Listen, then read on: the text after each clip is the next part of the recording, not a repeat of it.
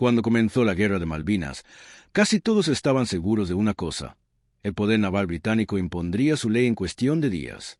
Portaaviones modernos, destructores de última generación, radares, misiles, experiencia.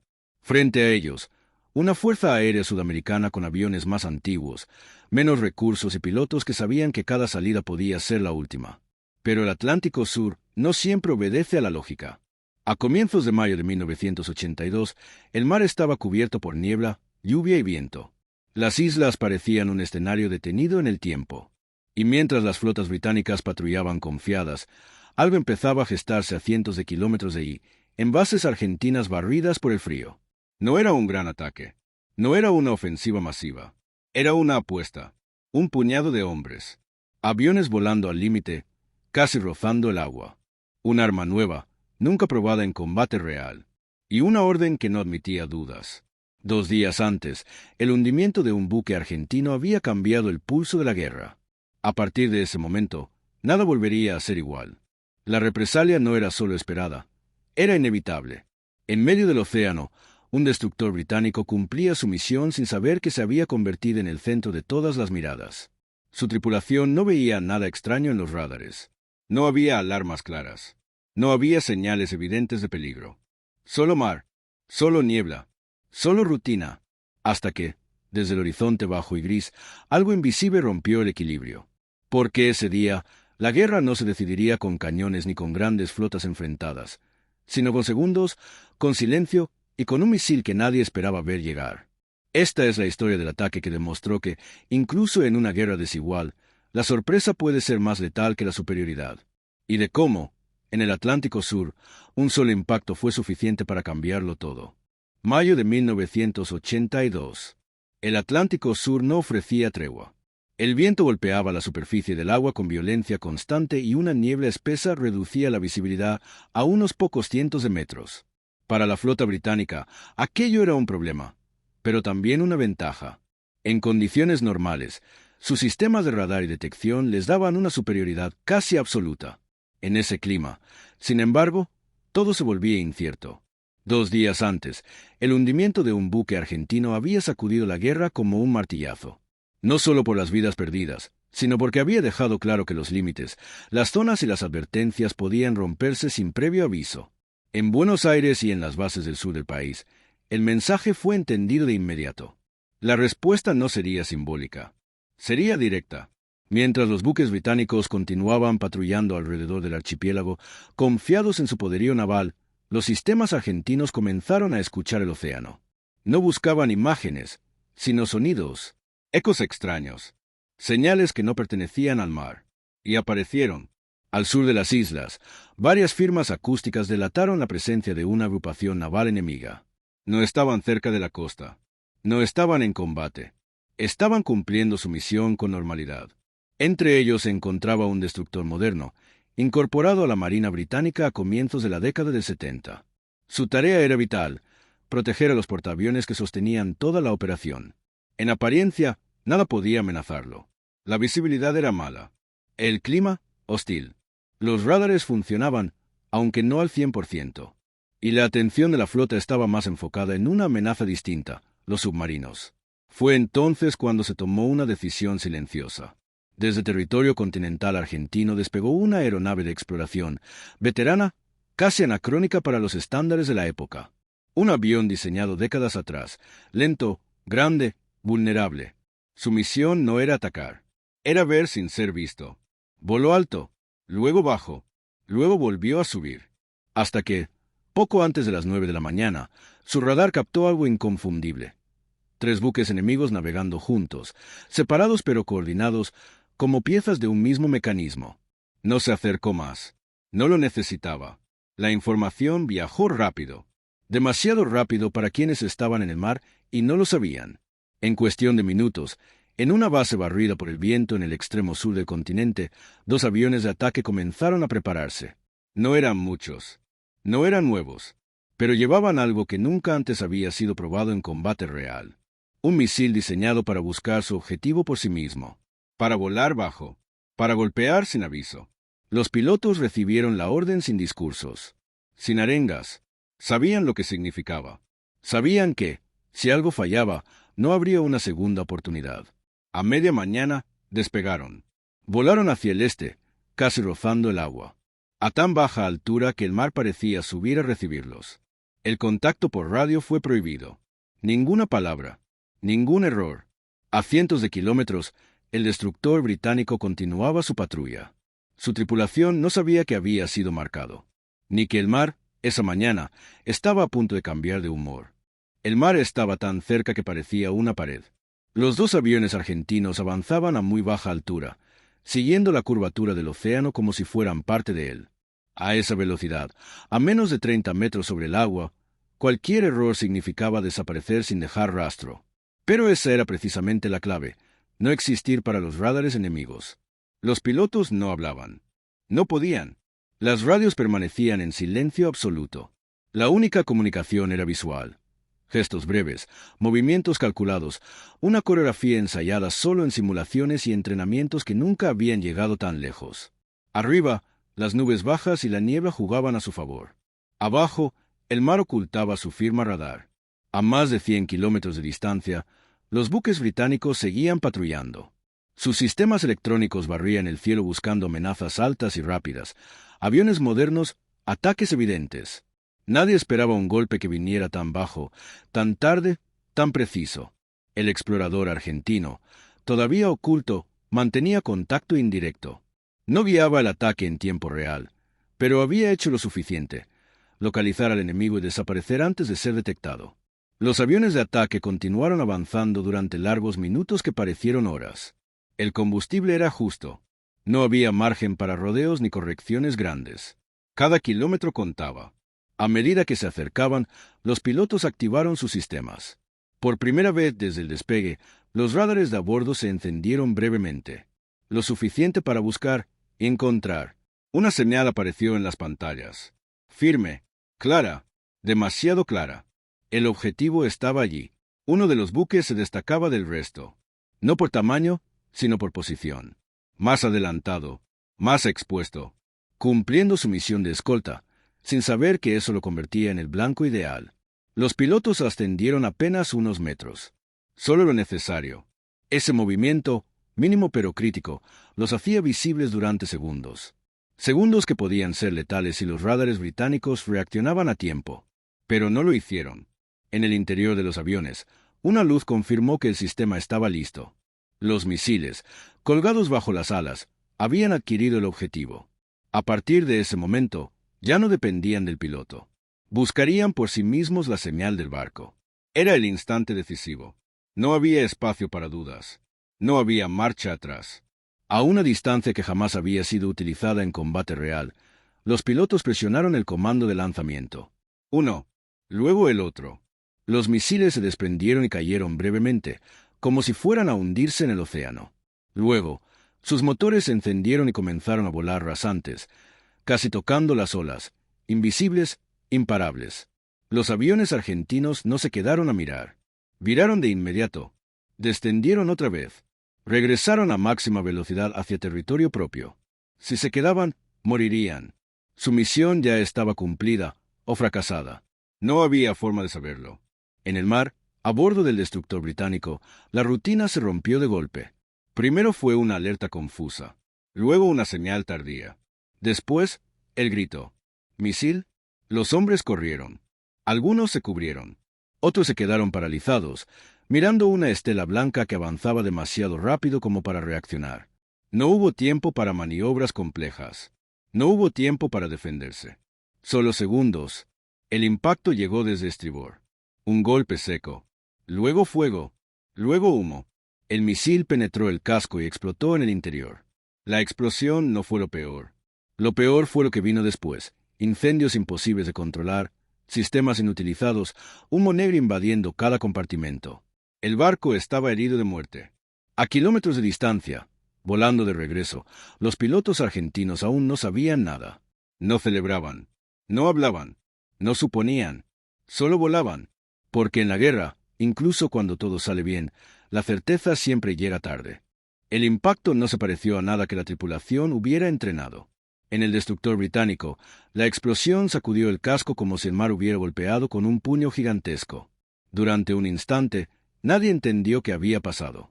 No hubo una detonación exterior evidente. No hubo aviso claro. Solo un estremecimiento brutal, y luego oscuridad. El misil había penetrado profundamente antes de estallar. Dentro del buque, los pasillos se llenaron de humo negro y espeso casi de inmediato. El sistema eléctrico falló. Las luces se apagaron. Las bombas de agua dejaron de funcionar. Lo que había sido diseñado para resistir daños convencionales ahora se enfrentaba a un enemigo distinto: el fuego. Hombres desorientados avanzaban a tientas. Otros quedaban atrapados en compartimentos que se llenaban de humo en segundos. Algunos murieron sin haber visto una llama, asfixiados antes de entender lo que ocurría. En el puente, los oficiales intentaban evaluar la situación, pero la información llegaba fragmentada. No estaba claro de dónde había venido el ataque. Algunos creyeron que se trataba de un submarino. Otros hablaron de un avión que nadie había visto. El problema era el mismo: el barco ya no podía defenderse. Las mangueras contra incendio no tenían presión. Los sistemas automáticos no respondían. El calor aumentaba. El fuego avanzaba sin oposición, alimentado por cables, pinturas y combustible. Mientras tanto, los otros buques británicos reaccionaban a ciegas. Uno de ellos lanzó cargas de profundidad contra un enemigo inexistente bajo el agua. Otro maniobró buscando una amenaza aérea que ya se había ido. La confusión reinó durante minutos críticos.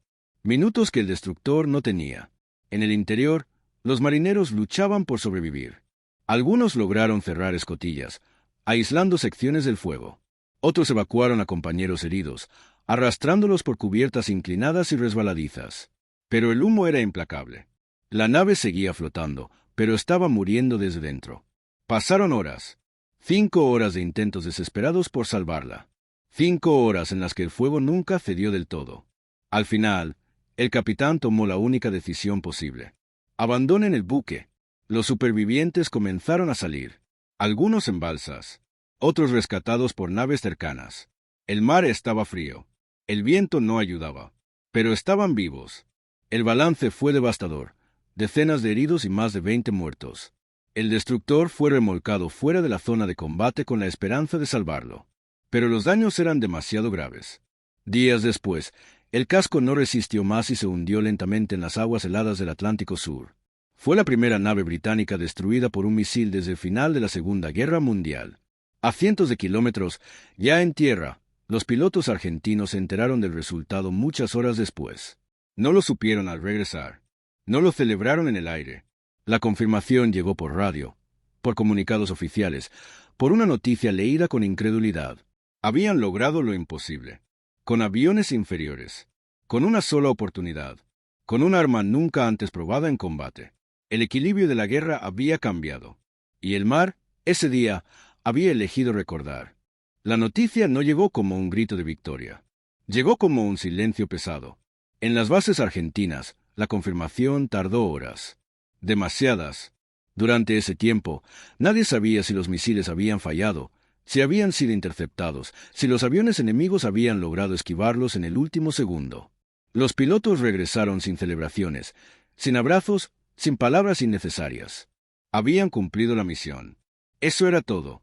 Cuando finalmente se supo que el destructor británico estaba fuera de combate, la reacción no fue euforia.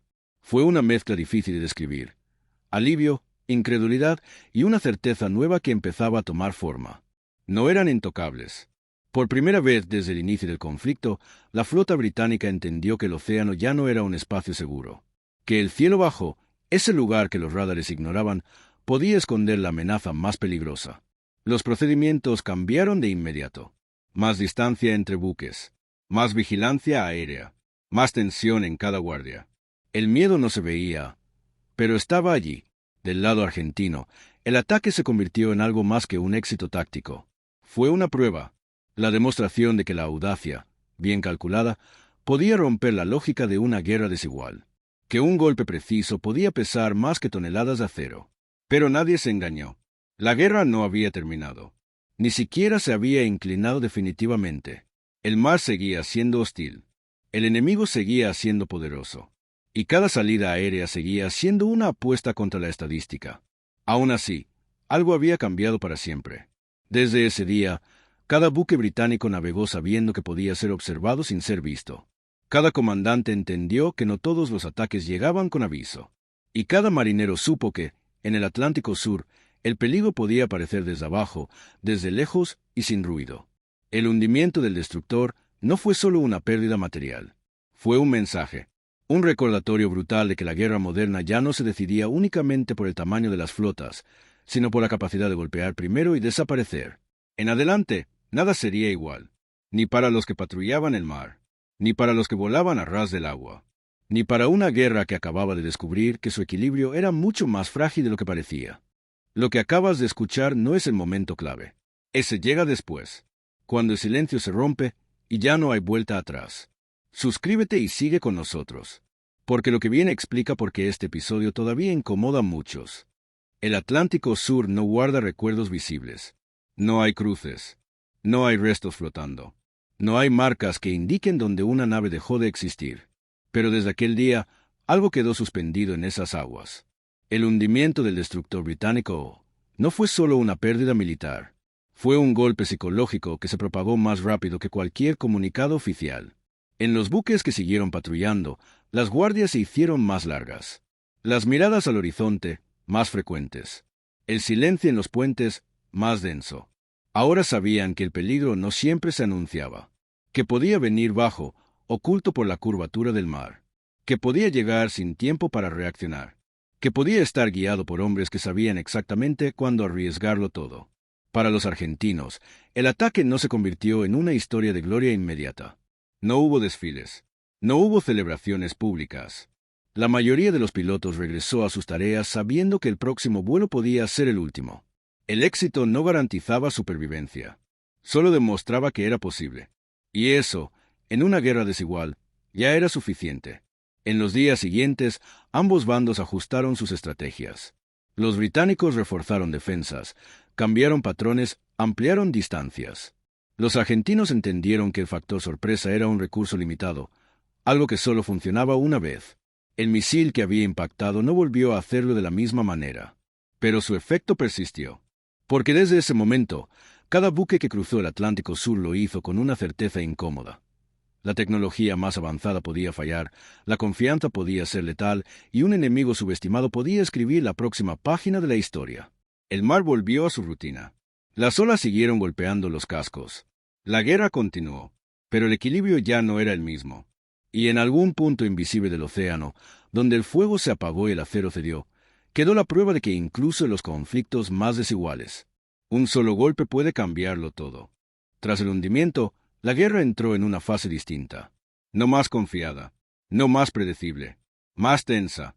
En los buques británicos, cada guardia nocturna se volvió interminable. Los operadores de radar escudriñaban pantallas en busca de señales que antes habrían ignorado. Las alarmas ya no se tomaban a la ligera. Cualquier eco dudoso podía significar un nuevo ataque. El enemigo había demostrado algo inquietante. Podía verlos sin ser visto. Los protocolos cambiaron. Las rutas se ajustaron. Las distancias entre naves aumentaron. Pero el mar seguía siendo el mismo. Inmenso, impredecible, imposible de vigilar por completo. Del lado argentino, el éxito no trajo descanso. Al contrario, cada misión posterior se planificó bajo la sombra de aquella jornada. Sabían que el factor sorpresa se había reducido. Sabían que el enemigo ahora esperaba algo parecido. Y aún así, seguían saliendo. Porque en la guerra, el mayor error es creer que una victoria garantiza seguridad. Los pilotos repasaban mentalmente cada segundo del ataque anterior. La altura exacta, el silencio de radio, el instante preciso del lanzamiento. Sabían que no habría una repetición idéntica, que el próximo intento exigiría algo nuevo o no funcionaría. Mientras tanto, las noticias cruzaban océanos. En el Reino Unido, el impacto fue profundo. Por primera vez en décadas, una nave había sido destruida por un arma moderna en combate real. El golpe no era solo militar. Era simbólico. Recordaba que ninguna flota es invulnerable, que ninguna guerra es limpia, que ninguna tecnología ofrece garantías absolutas. En Argentina, el ataque se convirtió en un punto de inflexión emocional. No por el daño causado, sino por lo que había demostrado. Resistir era posible. Golpear, también. Pero nadie confundió eso con un triunfo definitivo. La guerra continuó. Hubo más combates, más pérdidas, más nombres que nunca volverían a casa. Sin embargo, algo quedó claro para todos los que participaron en aquel episodio. El 4 de mayo de 1982 no fue solo el día en que un buque se hundió. Fue el día en que el Atlántico Sur dejó de ser un escenario secundario y pasó a ser un tablero donde cada movimiento podía ser el último. Y desde entonces, cada ola que golpeó un casco en aquellas aguas frías llevó consigo una advertencia silenciosa. La superioridad no protege del todo. La sorpresa no perdona. Y en la guerra moderna, basta un instante para cambiarlo todo. Con el paso de los días, el ataque dejó de ser una noticia urgente, pero no dejó de ser una presencia. En los puentes de mando británicos, el nombre del buque hundido ya no se pronunciaba en voz alta. No hacía falta. Bastaba con una pausa incómoda cuando los radares mostraban un eco bajo, o cuando el clima cerraba el horizonte con niebla. Cada oficial sabía que el mar podía ocultar más de lo que mostraba. En las bases argentinas, la misión empezó a transformarse en recuerdo. No como una celebración, sino como un punto de referencia. Algo que había ocurrido una sola vez, en condiciones muy precisas, y que no podía repetirse sin pagar un precio aún mayor. Los pilotos siguieron volando. Los marinos siguieron patrullando. La guerra siguió cobrando su cuenta. Pero el equilibrio psicológico había cambiado. Antes, la flota británica dominaba el mar con la certeza de la superioridad. Después, lo hizo con prudencia. Antes, los argentinos combatían sabiendo que eran superados. Después, combatieron sabiendo que podían herir. Ese cambio no aparece en mapas ni en partes oficiales. No se mide en toneladas hundidas ni en kilómetros ganados. Se mide en decisiones más lentas, en órdenes más cuidadosas, en segundos de duda que antes no existían. El misil no solo atravesó un casco, atravesó una idea. La idea de que la guerra moderna se decide únicamente por quién tiene más medios. La idea de que la tecnología elimina el riesgo. La idea de que el adversario siempre actuará como se espera. En el Atlántico Sur, esa idea se hundió junto al acero. Años después, cuando la guerra ya era historia y no presente, el episodio seguiría siendo estudiado, analizado en academias, debatido en libros, recordado con solemnidad por unos y con silencio por otros. Pero para quienes estuvieron allí, para los que volaron bajo las nubes o caminaron entre humo y fuego encubierta, el recuerdo no fue académico, fue visceral. El sonido del impacto, el olor del incendio, la certeza de que todo puede cambiar en segundos. Porque al final, más allá de banderas y disputas, aquella jornada dejó una enseñanza que ningún manual puede borrar. En la guerra, la sorpresa es un arma, y cuando se usa una sola vez, su eco puede durar para siempre. Con el paso de los años, el episodio dejó de pertenecer a la urgencia de la guerra y pasó a otro terreno, la memoria. No fue una gran batalla naval. No fue un enfrentamiento prolongado. No fue una victoria decisiva por sí sola. Fue algo más incómodo. Un recordatorio. El hundimiento del destructor británico quedó registrado como un punto de inflexión, no por su impacto estratégico inmediato, sino por lo que obligó a replantear. Desde ese momento, ninguna flota moderna volvió a ignorar por completo la amenaza que podía llegar volando bajo, casi invisible, aprovechando errores humanos y exceso de confianza. Para Argentina, el ataque se transformó en una de las acciones más estudiadas de la guerra, no por su espectacularidad, sino por su precisión. Todo había dependido de pocos factores: clima adverso, una detección temprana, una decisión rápida y hombres dispuestos a ejecutar una misión sin margen de error. Para el Reino Unido, fue una herida difícil de asimilar. La pérdida no solo fue material ni humana, fue doctrinal. Demostró que incluso una marina altamente entrenada podía quedar expuesta durante segundos, y que esos segundos bastaban. El mar volvió a cerrarse sobre los restos del buque. Las operaciones continuaron. La guerra siguió su curso hasta el desenlace final. Pero el eco permaneció. Décadas después, cuando se habla de la Guerra de Malvinas, ese día aparece inevitablemente. No siempre con las mismas palabras. No siempre desde el mismo punto de vista, pero siempre con la misma conclusión silenciosa. La guerra moderna no perdona la confianza excesiva, ni la subestimación del adversario, ni los errores que duran solo un instante. En el Atlántico Sur, un misil demostró que la superioridad no es sinónimo de invulnerabilidad, que la tecnología, sin atención y disciplina, puede fallar, y que, a veces, un solo golpe basta para cambiar la manera en que todos vuelven a mirar el mar. Porque hay hechos que no ganan guerras, pero las redefinen. Y ese día, entre niebla, olas y silencio, el océano volvió a enseñar una lección que nadie olvidó. Con el tiempo, la guerra terminó. Las armas callaron. Los buques regresaron a puerto. Las islas quedaron en silencio. Pero el 4 de mayo de 1982 no se disolvió con el final del conflicto. Se quedó. Para muchos marinos británicos, aquel día marcó el instante exacto en que la guerra dejó de ser una operación controlada y se volvió real, imprevisible, peligrosa en cada guardia. El recuerdo del humo negro elevándose sobre el mar helado quedó grabado como una advertencia permanente. Para los pilotos argentinos, la misión se transformó en algo que rara vez se contaba con grandilocuencia. No era un relato de gloria, sino de concentración absoluta, de segundos medidos con precisión quirúrgica, de decisiones tomadas sabiendo que no habría una segunda oportunidad. Nadie ganó realmente aquel día.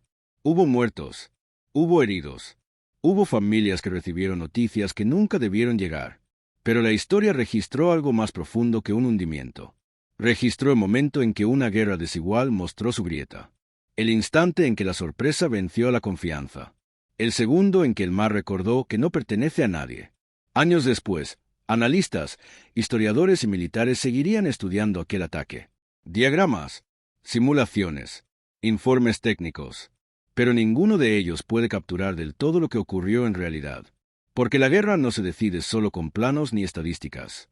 Se decide con hombres mirando pantallas borrosas, con pilotos volando al límite del agua, con tripulaciones reaccionando cuando ya es casi tarde. El hundimiento del buque no fue el final de la Guerra de Malvinas, pero sí fue un antes y un después. Desde entonces, cada flota que navega mares hostiles recuerda que la superioridad no garantiza seguridad, y que, en ocasiones, basta un solo instante de audacia para alterar el curso de una historia mucho más grande. El océano volvió a cerrarse. Las olas siguieron su ritmo eterno. Pero lo ocurrido aquel día quedó escrito en el mar, como una advertencia que aún hoy sigue flotando en silencio. Con los años, los restos del buque desaparecieron bajo el Atlántico Sur. El acero se cubrió de sal. El fuego dio paso al frío. El mar hizo lo que siempre hace, borrar las huellas visibles. Pero no pudo borrar el significado. Aquel ataque no fue recordado solo por un misil, ni por un hundimiento, ni por un cambio táctico. Fue recordado porque demostró algo que ninguna potencia quiere admitir, que incluso el dominio absoluto puede quebrarse en segundos. No hizo falta una gran flota. No hizo falta un enfrentamiento prolongado. Bastó una decisión, un clima adverso y hombres dispuestos a ejecutar una misión sabiendo que el regreso no estaba garantizado. El Atlántico Sur volvió a su silencio habitual. Las islas quedaron atrás. La guerra pasó a los libros. Pero cada vez que un buque moderno navega confiado, cada vez que un radar barre el horizonte creyendo verlo todo, cada vez que alguien subestima al adversario, la historia del 4 de mayo de 1982 vuelve a hacerse presente.